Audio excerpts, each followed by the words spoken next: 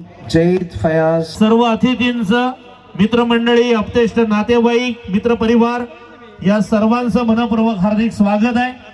मित्रांनो, शहीदांना श्रद्धांजली आणि नक्कीच सैनिकांना सलाम असा एक संदेश देऊन देशातील बलिदानासाठी आपण एकजूट होऊन त्यांच्या प्रति या प्रसंगी नक्की सद्भावना दाखवून सर्व शहीदांना भावपूर्ण श्रद्धांजली सुद्धा त्यांनी अर्पण केलेली आहे.